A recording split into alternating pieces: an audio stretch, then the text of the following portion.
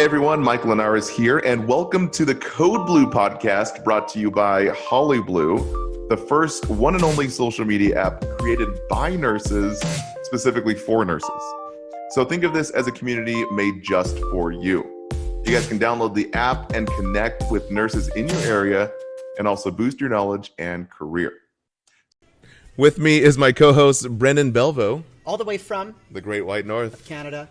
How are you, Mike? I'm doing great. White North. Okay, sorry. Yeah. I'm doing great. Today we're going to be talking about how working in mental health can be scary, but it can also be very rewarding, and really kind of just how to approach the mental health clinical rotation. Absolutely. So, yeah. I'm excited. Yeah. So we're going to talk about some horror stories and then also some do's and don'ts for your clinical rotations on mental health. Mm-hmm. And where would you like to start? Well, the first horror story is my laptop not scrolling down when I needed to. Okay. No, I personally love mental health, but I do understand that for a lot of people who might have the dream of working in labor and delivery or pediatrics or in any other field, really. Yeah. Often the mental health rotation is something that is maybe a little bit anxiety provoking. It's something that is a little bit scary. It's a little bit of an unknown, maybe something that people haven't necessarily had experience in before, but it's such a rewarding area, and it's what you can take from being in that rotation, the knowledge there, you can take anywhere, because mental health is in every single specialty of nursing. Yeah, of course. I mean, I was an ER nurse. We saw a lot of psych patients. You were a pediatric, you even worked in L&D and saw some postpartum depression there as well. Yeah, baby blues, just knowing the signs and symptoms, what to look for. Mm-hmm. Being in pediatrics, it's often with our pediatric patients. Sometimes we get older transplant patients that have even an altered self-image or self-esteem, and things can kind of develop from there too, including like depression, anxiety, and just knowing that things like schizophrenia or a little bit more further along with psychosis can happen in your late teens and early 20s as well too. It's very common. So with that age group, so it's just being aware of all of that, no matter what field you're in. I had my. But before we get into some amazing stories here, a lot of people don't understand that the brain is just another organ that can just malfunction. And oftentimes in schizophrenia and bipolar, we get bad stigmas in society just because the brain is not having enough dopamine or serotonin with the neurotransmitters. I mean, no one gets really on someone for having a cardiac defect. So in the same way, approach working in mental health as, you just have kind of just a little dysfunction in the brain as well. So that's all. Exactly.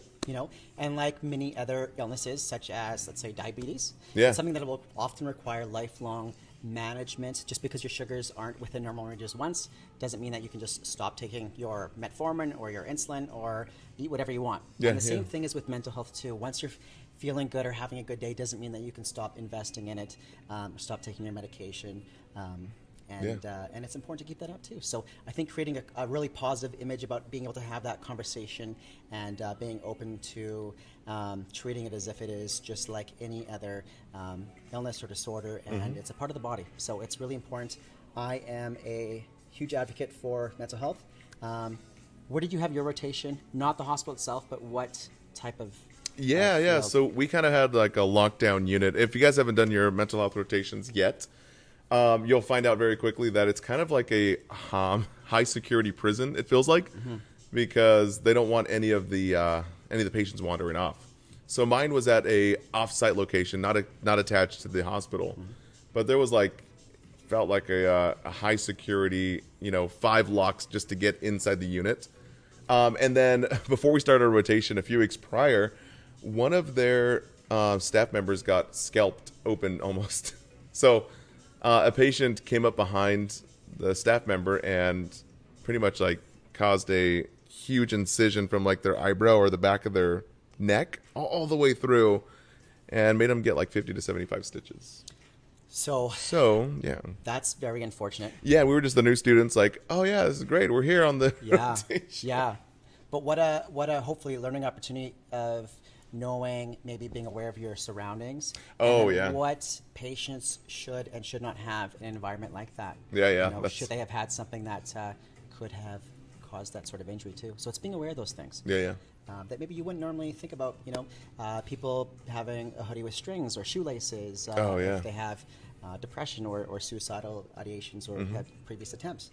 So, yeah. So, yeah. What about your stories? You have some pretty juicy ones. I worked in the intensive adult psychiatry ward. So When, was this right after school or? This was in my clinical rotation. And then I Oh, ended up working okay. in forensics psychiatry, which is also intensive care psychiatry, but with the forensics component to it, where people commit very gruesome crimes.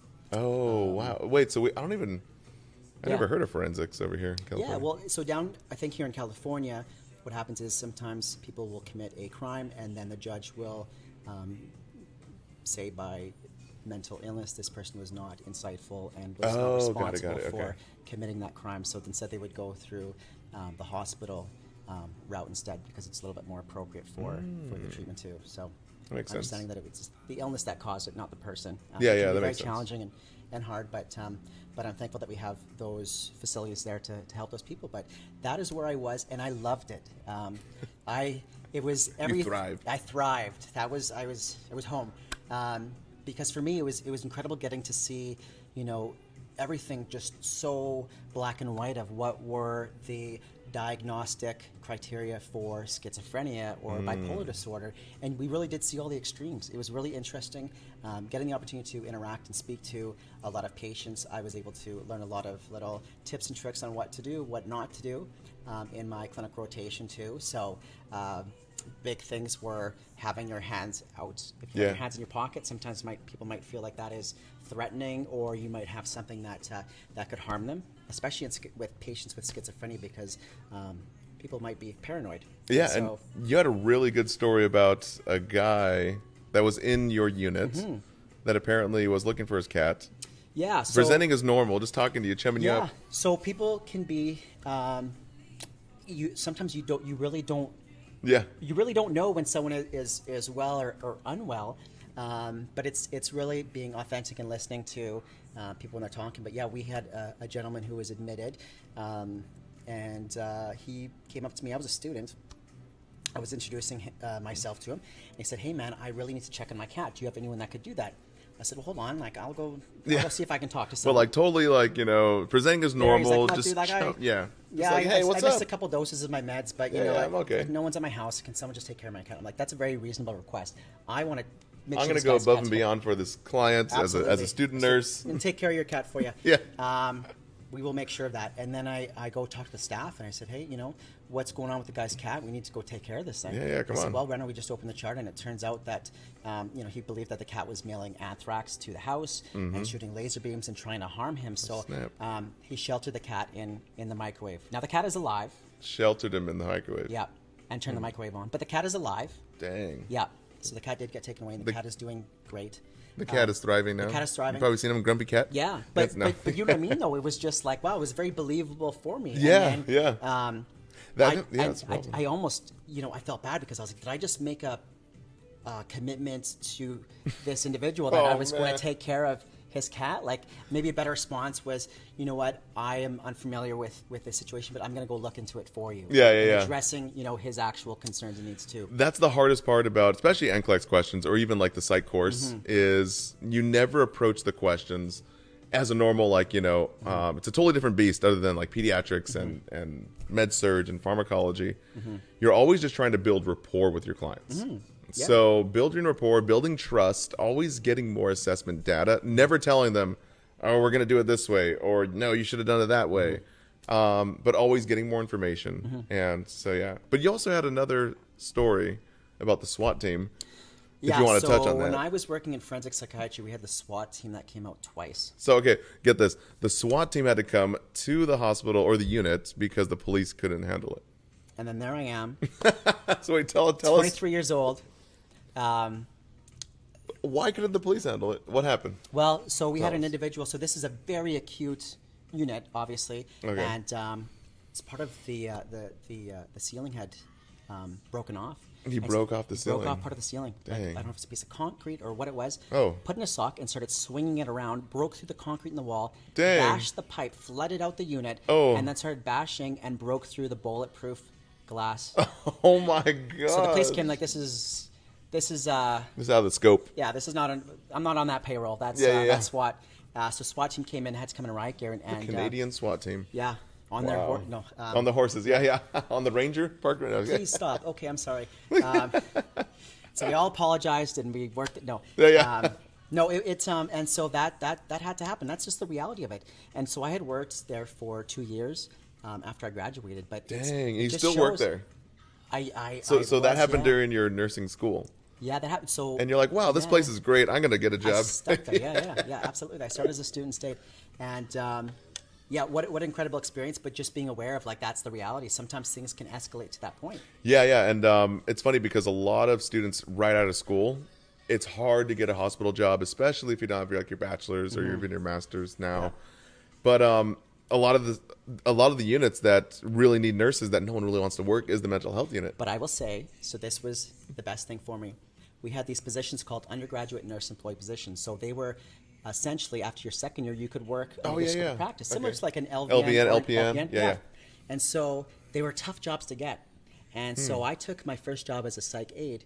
And I go in the door like that. So when it came time for the undergraduate nurse positions to become available, I already had one foot in the door with the organization. So it was like first dibs on those. That's a good hack. And it was a great hack. But it was a great opportunity for me because I built a lot of great skills working with those patients. So when I moved on to other environments and we had patients that were escalating, I was always like, let me have them because I really care about these patients and I feel comfortable working with them too. So great skill set, ended up really working out in my favor when it came to jobs in the future. So yeah, you had the experience. Take advantage of those opportunities. Yeah.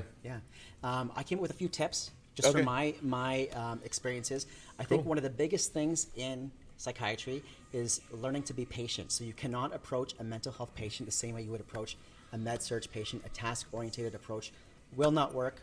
You cannot show up at a door and say, look, so-and-so, it's 8 o'clock, you need to take your meds, and then do this. And then you're going to go to bed. Because they are going to give you, they're going to show you which finger on which hand, you can guess, and that's how that conversation is going to go. But if you approach that room and say, look, good morning, I'm so-and-so, I'm going to be your nurse today.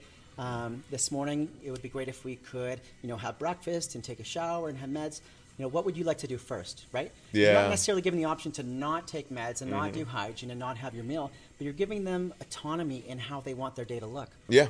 So if they want to eat first and then they want to have their meds after, then that's a great plan. You have to work with people, right? These are human beings, and often people just want to have a little bit of autonomy as well. That's the biggest thing because that's a really good tip because psych is like nothing else you've ever experienced. And if you're having really a lot of trouble getting through these questions or getting maybe even through your nursing school course, you have to understand that the number one goal is to build trust.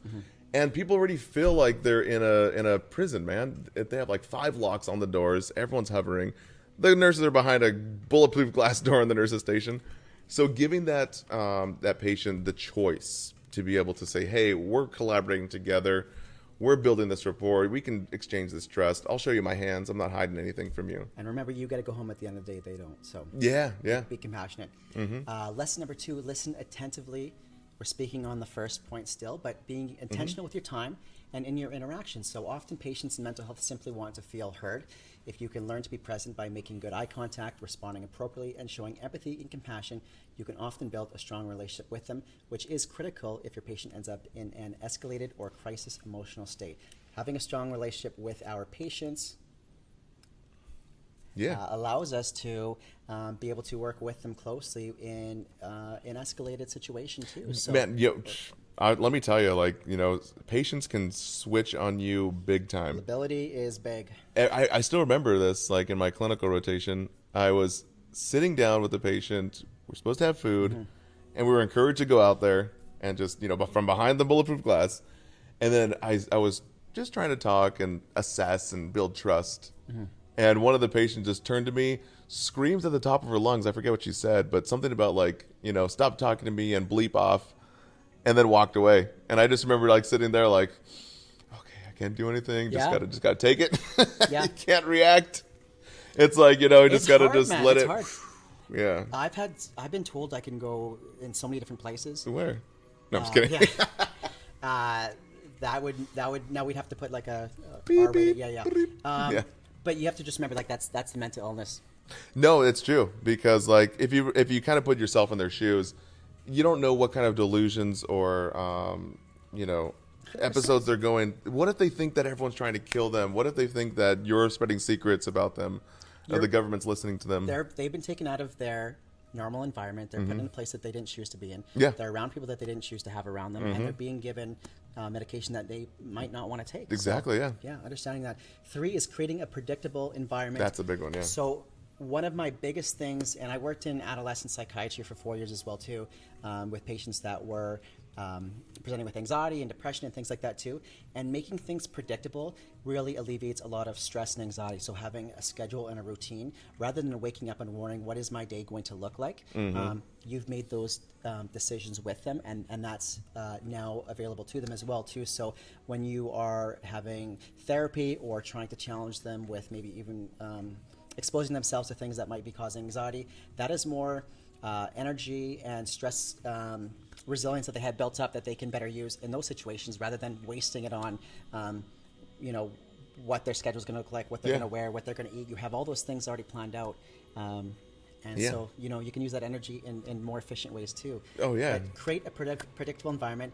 If you don't know what your day will look like, what you're going to eat, maybe what clothes you're going to wear, or if you will have to go into work or not that day, that would be stressful for Mike. That would be stressful for me. So imagine being a patient suffering from mental illness and having the challenge of that much unpredictability in their days too.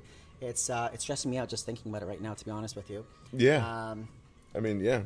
You want to work with your patients and make their life easier so that they can make your life easier in the end. So if we're able to save them the energy and stress that they're exerting on these decisions, they will better be able to use that same energy for more important parts of their days, like attending programming, speaking with the psychiatry team, or challenge them to take a step out of their comfort zone, which is really important too. So, and my 4th point is building trust with your team. Know their strengths and use them. So if someone is having a crisis situation, maybe that there's a staff member that they're really comfortable speaking with, or that they have that relationship with too. So I would recommend, rather than being a stranger trying to de-escalate someone who is in that crisis state, is finding someone that they're comfortable with and having them speak to them. Often it can be in a one-on-one situation. You can just hang back a few feet, support them, make sure that the other patients are off to the side. We're not creating a scene for anyone, and really trying to de-escalate the situation like that. But use your strengths and your staff. The staff are there to work together. That's what mental health is. You're a part of a team, so pass the ball around a little bit. Yeah. If someone has a better rapport with that patient, then tap someone else in the game. Absolutely. Yeah, get some help. Yeah. Thank you guys so much for listening to the Code Blue podcast. Don't forget to download Holly Blue, the one and only nursing app for nurses created by nurses.